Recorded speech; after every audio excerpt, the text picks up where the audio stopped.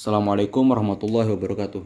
Perkenalkan, saya Rizky Farhan dari akuntansi D dengan NIM 90400121128 akan menjelaskan mengenai rekonsiliasi bank. Pertama-tama perlu kita ketahui apa itu rekonsiliasi bank. Rekonsiliasi bank merupakan laporan yang dibuat oleh perusahaan mengenai perbandingan antara saldo akhir kas menurut catatan perusahaan dan juga saldo akhir kas menurut catatan bank yang disertai dengan penyebab timbulnya perbedaan tersebut. Itulah yang dinamakan laporan rekonsiliasi bank. Lalu muncullah pertanyaan, mengapa bisa terjadi rekonsiliasi bank? Hal itu terjadi karena beberapa hal, diantaranya yang pertama, setoran dalam perjalanan, cek beredar, cek kosong, penagihan piutang oleh bank, jasa giro, beban bunga dan administrasi, serta kesalahan-kesalahan dalam pencatatan. Lalu adapun contoh rekonsiliasi yang terjadi pada PT Karya Makmur dapat kita lihat di saldo awalnya, menunjukkan di saldo awalnya rekonsiliasi bank per 31 Mei 2015 menurut catatan perusahaan sebesar Rp12.626.500, sedangkan menurut catatan bank sebesar Rp12.780.000. Lalu kita masuk ke transaksinya.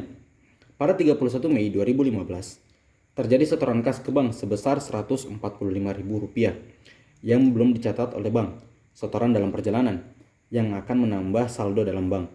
Lalu yang kedua, selanjutnya pendapatan bunga bank sebesar Rp60.000 belum dicatat oleh perusahaan. Artinya yang berpengaruh yaitu di sisi perusahaan.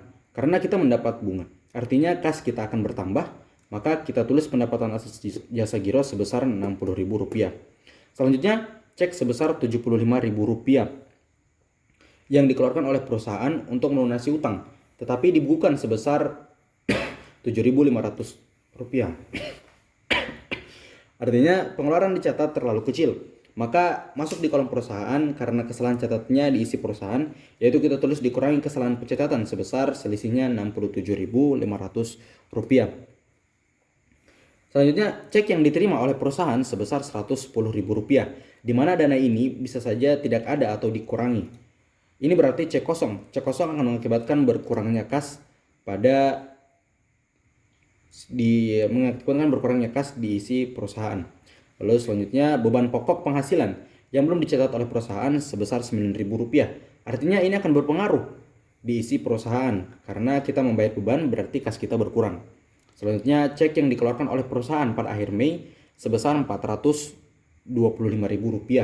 Ternyata oleh pemegangnya belum dicairkan. Ini berarti cek yang masih beredar.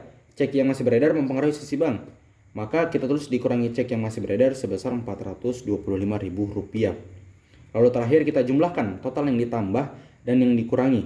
Maka untuk di sisi perusahaan, total untuk yang ditambah sebesar Rp60.000 dan yang dikurangi sebesar Rp186.500.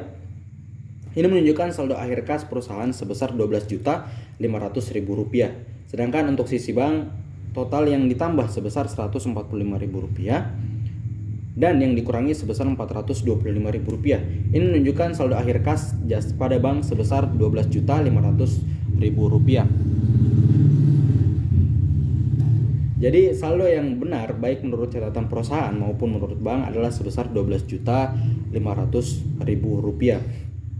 Setelah diketahui saldo yang benar, maka harus dibuat jurnal penyesuaian. Yang pertama yaitu mencatat pendapatan jasa giro bank.